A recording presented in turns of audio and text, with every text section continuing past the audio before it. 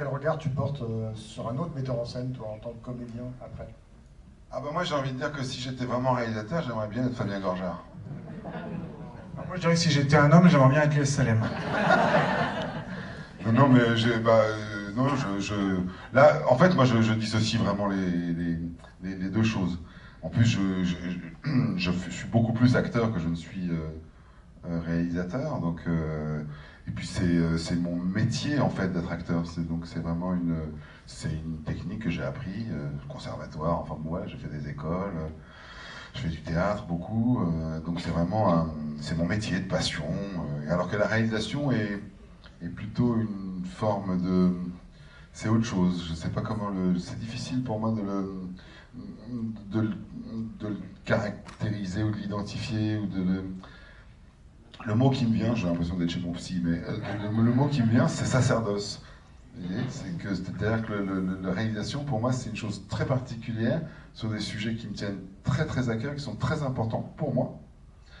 J'espère pour les autres aussi. Mais voilà, alors que acteur, disons qu'à partir du moment où c'est assez open bar, quoi. Je peux faire un peu, voilà, tout ce qui peut m'amuser, dans lequel je peux me projeter, je suis partant, quoi. Et le théâtre, tu en parlais, tu as fait des, tu as pas que des choses très très drôles, tu as fait du Shakespeare. Ah mais Shakespeare, ça peut être très très drôle, attends. Oui, j'ai fait beaucoup de Shakespeare en sortant du conservatoire. J'en ai enchaîné 3 ou 4, ouais. Oui, bah écoute, non, bah, le théâtre pour moi c'est trop de M&M's. Le théâtre c'est quelque chose pour moi qui est très très important. Alors j'en fais un peu moins maintenant, sans doute parce que ça doit être plein de choses différentes, sans doute parce que je trouve beaucoup plus ma place dans la méthode de travail. Je suis beaucoup plus à l'aise, je pense, sur un plateau de cinéma qu'au théâtre. Et au théâtre, moi j'étais beaucoup dans le théâtre public, ayant fait un parcours, voilà, en étant passé par le conservatoire, tout ça, et disons que c'est un environnement dans lequel j'ai pas su créer un chemin, enfin j'ai pas voulu, je sais pas. Donc j'en fais un petit peu moins, mais pour moi c'est vraiment, pour moi c'est l'art suprême en fait, le théâtre. Quand le théâtre tout d'un coup arrive à être impeccable, il n'y a pas plus important enfin, en tout cas dans les arts de représentation, on raconte, où il y a un récit avec du texte, donc du cinéma, voilà. Donc le théâtre pour moi c'est vraiment quelque chose. Donc j'ai une grande passion pour le théâtre, mais qu'aujourd'hui je vis comme spectateur. Je vais voir beaucoup de pièces.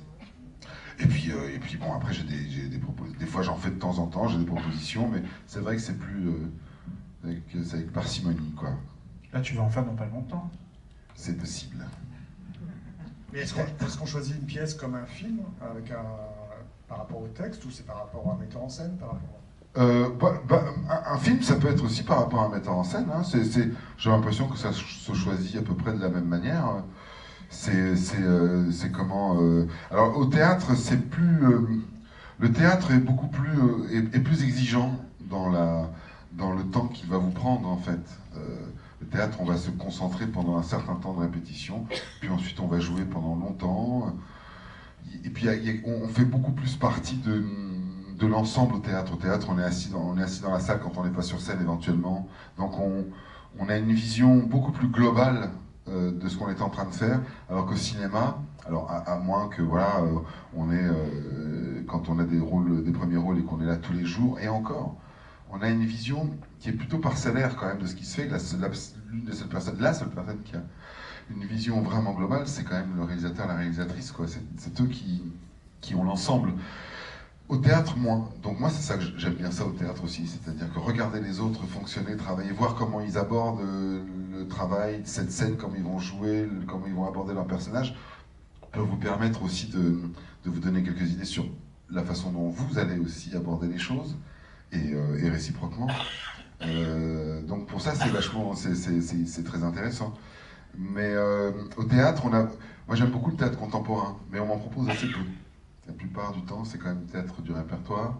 Donc c'est des pièces qui ont fait leur preuve, j'ai envie de dire, et sur lesquelles on va plutôt essayer un metteur en scène va essayer d'apporter sa vision, Vous voyez ce que je veux dire? Et bon, c'est intéressant, alors que moi, plutôt sur le théâtre contemporain, découvrir un auteur,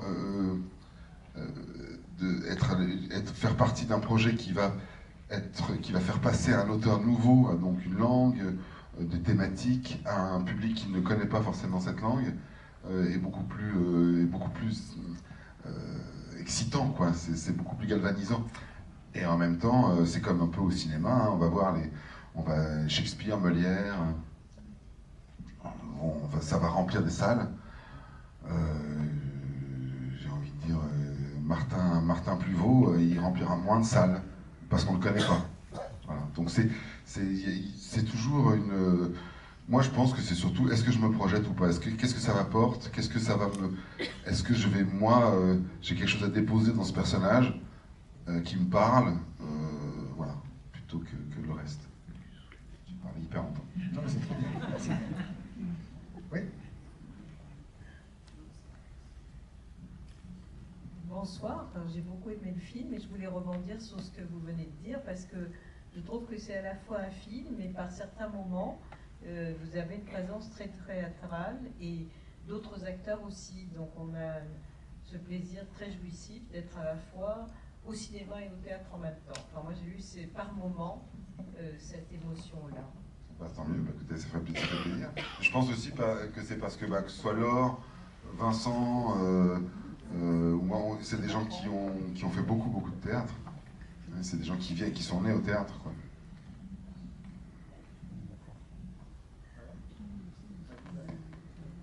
Ah oui.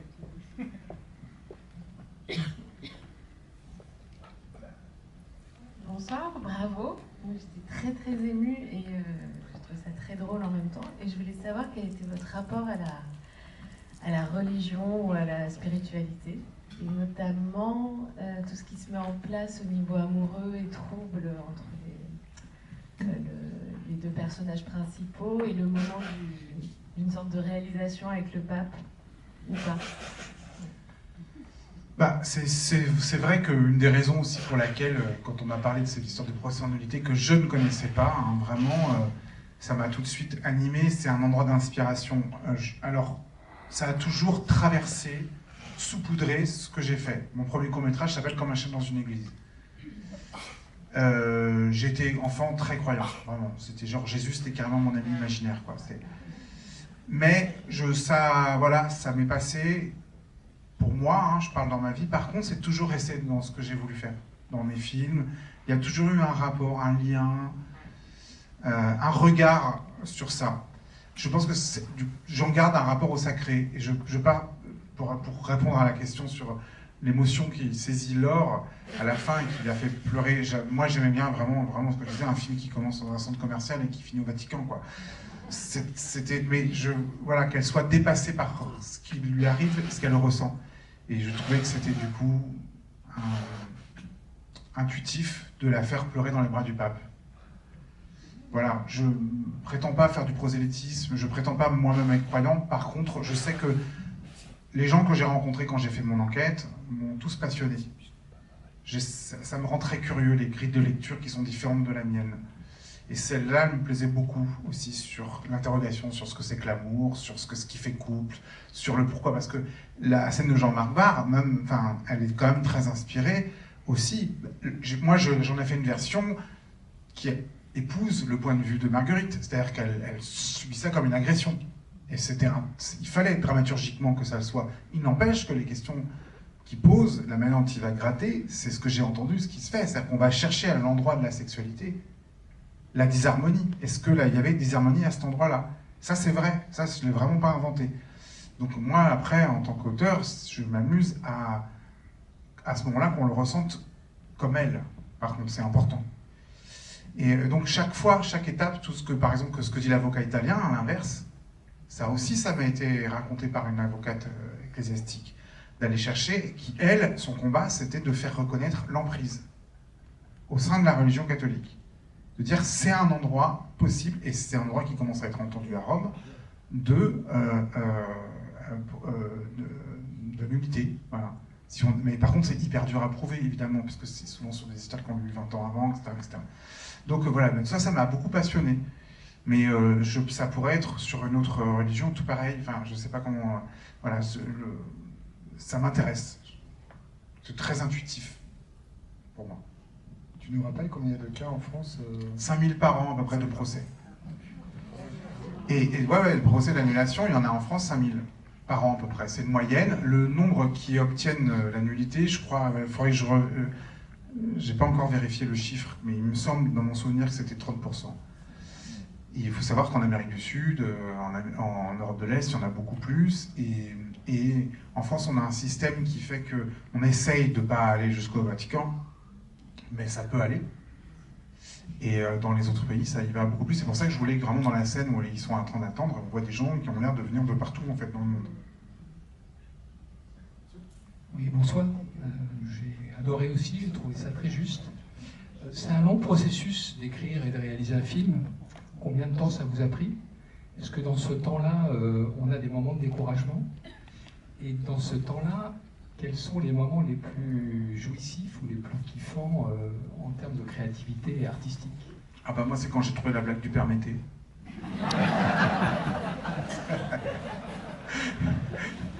Je plaisante un peu, mais non, mais c'est vrai, quand on prétend à faire une comédie, et qu'on fait lire, et qu'il y a les prods, parce que c'est les premiers à lire, qui disent « Ah, ça c'est super, ça c'est chouette, ça m'a fait rire, ça m'a fait rire », ben voilà, c'est qu'est-ce qui va, parce que c'était la première fois que j'assumais de vouloir écrire plutôt une comédie, même si je savais qu'il n'y avait pas que une comédie, mais ça c'était une question hyper importante, quoi. Enfin, et d'ailleurs, elle s'est posée tout le temps dans la fabrication, c'est-à-dire qu'à l'écriture, mais aussi au tournage, par exemple, pour revenir sur le truc du Père Mété, j'étais hyper content de ma blague, donc. Et les comédiens l'aimaient bien aussi. Et par contre, je savais que cette blague-là, elle ne sert pas que pour sa blague. Il faut qu'elle serve à donner la sensation que Laure, elle doit avoir un fou rire à ce moment-là, que Vincent, il a le cul entre deux chaises, qu'il a envie de rire avec son ex et en même temps d'être sérieux par rapport à Mélanie, etc., etc. Donc on fait une prise. C'est un long plan séquence. Je tourne beaucoup en longueur. Ça vient de mon rapport au théâtre, parce que je fais aussi de la mise en scène. Voilà, j'aime bien tourner dans la longueur et après on reprend sur un autre axe. Vous savez, voilà. Là, en l'occurrence, c'est un plan séquence. Et donc, la saveur de ce qu'on doit obtenir là en comédie n'arrive pas. On fait une prise de prise. Le sentiment du fou rire, il est un peu fabriqué. Vincent, il sait pas bien comment jouer le truc, et tout, etc. Donc, au bout de la troisième prise, je vais voir Grégoire, le prince ringuet, et à part, et je vais lui dire à la prochaine prise, tu leur dis pas, mais tu dis le père oxydé. Hein, pour les surprendre, pour créer de la spontanéité, etc. Et ben, il le dit, et là, il y a eu un fou rire collectif, donc c'est pas encore ce qu'il faut, mais on remet du danger, on remet de la fébrilité, on remet de l'accident dans la prise. Et donc Grégoire, après, je lui ai dit, écoute, tu m'en dis à chaque fois des nouveaux, tu les surprends tout le temps. Alors lui, il s'est bien beaucoup amusé, le permis de conduire, le permanente, voilà, je sais plus ce qu'il a dit, etc. Et puis au bout de la 9e, 10e prise, paf, il est retombé sur le permetté, et ça leur a permis à eux, parce qu'ils étaient toujours à chaque fois en tension, de convoquer, d'avoir compris ce qu'il fallait prendre pour que la scène soit juste dans ce qu'elle a raconté, quoi. Donc ça, c'était des questions en écriture beaucoup, mais en tournage aussi, la comédie, on va la chercher, quoi. On va vraiment l'extirper au forceps aussi.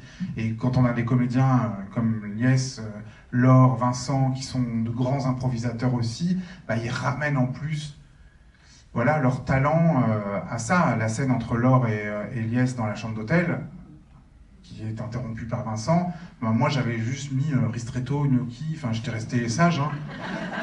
Et eux ils sont allés jusqu'à crema di panna cotta, cannelloni, et donc en tant que réalisateur on est content d'avoir choisi des bons comédiens.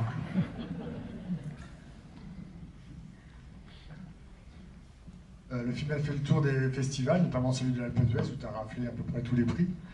Ah non, c'est de la comédie française qui a raflé tous les prix. Moi, j'en ai mis que deux, mais j'ai eu le grand prix. Ah, tu as eu le grand prix quand même. Voilà. De la comédie française d'ailleurs, qui est du même distributeur que. Ouais, que c'est un film, quand il passera, allez le voir. Ça sortira en juillet. Ça va beaucoup vous plaire, je vous garantis.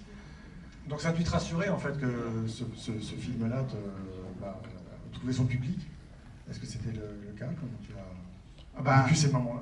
Bah, c'est vrai que le prix à l'Alpe d'Huez, quand on prétend vouloir faire un peu une comédie, mais en espérant pas gratuite, c'est vrai que ce prix a été joli, puis ça lance la carrière du film. Bon, il sort en mai, donc ça a permis aussi de lancer cette longue tournée qu'on est en train de faire en ce moment. On rencontre le public. Lies et moi, comme il le disait, on vient tous les deux du théâtre, donc c'est vrai que rencontrer le public, c'est chouette. Et voilà, on a eu ce prix-là qui a mis un éclairage. On espère que quand il sortira, ça correspondra à quelque chose, mais ça fait vraiment plaisir. Valenciennes aussi, tu as eu. Ouais, à Valenciennes, le Grand Prix aussi, absolument. Il est modeste. Bah non, mais c'était pas pour ça. Mais non, on est heureux. Enfin, moi, j'ai vécu, pour dire la vérité, parce que j'ai venu ici avec mon film d'avant, et ça s'est pas passé. C'est-à-dire que le film n'a pas rencontré le public. Et donc, bah, il y avait une grande croyance, mais on sortait du Covid, c'était un film mélodramatique, c'était un film dur, c'est un film que les gens n'avaient pas envie de voir à ce moment-là. Donc ça tient tellement à quel moment on sort un film, comment il rencontre le public, etc. Donc voilà, quand on sent qu'on met toutes les chances de son côté, c'est ce qu'il faut. On peut que faire que ça à notre échelle à nous. Mettre toutes les chances de notre côté, et on sait que le jour de la sortie, ça nous échappe. On fait quand même un métier de joueur de poker, quoi. Mais voilà, donc c'est vrai que ça s'est pas passé sur le film d'avant, mais là on espère. Enfin, je disais pas ça pour vous culpabiliser, hein, de absolument en parler quand il va sortir. Mais Lies, qui est là avec moi, il dit quelque chose de très drôle que j'aime beaucoup dans Avignon. Je sais pas si vous avez vu ce film, dans lequel il est vraiment super. Et à la fin de chaque spectacle, je te laisse la dire parce que non, c'est mieux que c'est avec ta voix à toi quand même. J'ai l'impression de refaire un truc que j'ai déjà fait. Ah bon? Non, mais c'est vrai que dans ce film, il y a une phrase qui se prête tout à fait à ce genre de situation, c'est que on disait à la fin du spectacle, enfin grosso modo, si c'est quoi déjà? Ah oui. Si le bouche à bouche peut sauver une vie, le bouche à oreille peut sauver un film ou une pièce de théâtre. Qui a vu la vraie famille parmi vous? Ah, quand même. Ah bon, quand même. Il y a un lien, c'était très bien aussi la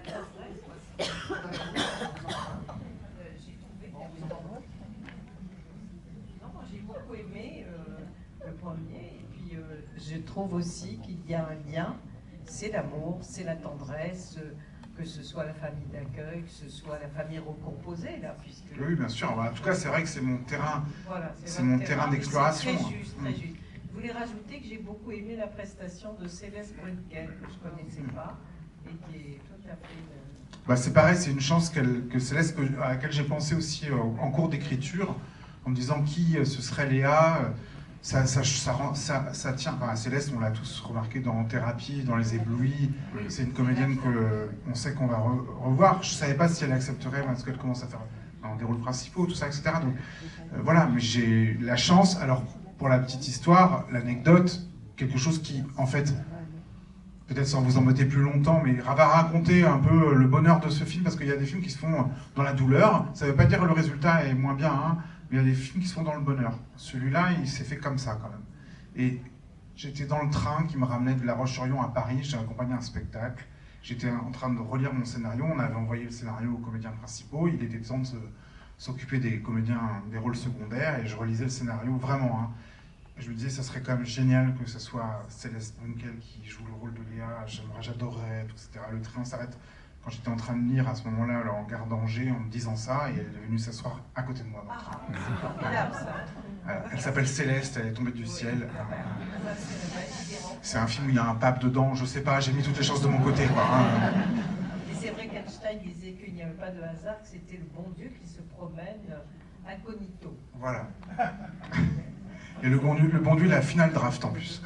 C'est le logiciel pour écrire le scénario. Ouais. Alors, autre anecdote pour finir, vous les connaissez pas sans doute pas, mais à la fin, la fête finale, vous avez plein de gens que tu me disais au fond de la salle. Ça c'est ma fille, ça c'est ma mère. Donc il y a plein de gens qui dansent devant vous, qui sont en fait très proches de... Bah, j'avais envie que dans les mariages, dans les deux, hein, parce que même celui qu'on voit en vidéo, ce soit comme un mariage, quoi. Même pour moi, que j'invite des gens, et surtout dans le dernier, je voulais qu'il y ait, si c'était possible, et si les gens étaient d'accord, qu'il y ait plein de couches de la vie, puisque j'ai dit l'amour ça s'accumule. Et ben il y a mon premier amour et ses parents, parce que moi j'ai été un tome, hein, j'étais vraiment le mec qui était dans la cuisine le matin avec la merde. hyper gênant, etc. Donc voilà, c'était ça. Et donc il y a les parents de mon premier amour et mon premier amour qui sont là, qui étaient là avec son nouveau mari, ses enfants. Il y a ma mère, il y a mon frère, il y a la première compagnie de théâtre qui m'a engagé, des marionnettistes. Voilà, j'avais envie vraiment. Et puis il y a l'autre moitié, c'était des figurants, danseurs, pour pouvoir qu'on puisse assurer la scène de chorégraphie finale et tout ça. Et dans le mariage qu'on voit en vidéo, il est pareil à mon prof de théâtre, à ma prof de théâtre, il y a mon père qui amène Laure Calamy à l'église, dans l'église même où mes parents se sont mariés. Enfin, voilà. Le cinéma, il y a toujours un ancrage dans le réel, et c'est vrai que moi j'en ai besoin. On en a besoin. On joue avec ce qu'on est aussi quand on fait du cinéma. Et alors finalement, au bout du compte, tu as trouvé la définition de c'est quoi l'amour? Bah, oui. Non, enfin, c'est ce que je disais. Non, je sais pas. Je pense que j'ai élargi la question avec le film en disant que ça va un peu partout, mais c'est vraiment cette idée que ça s'accumule et pas que ça s'annule. C'était vraiment ça mon endroit.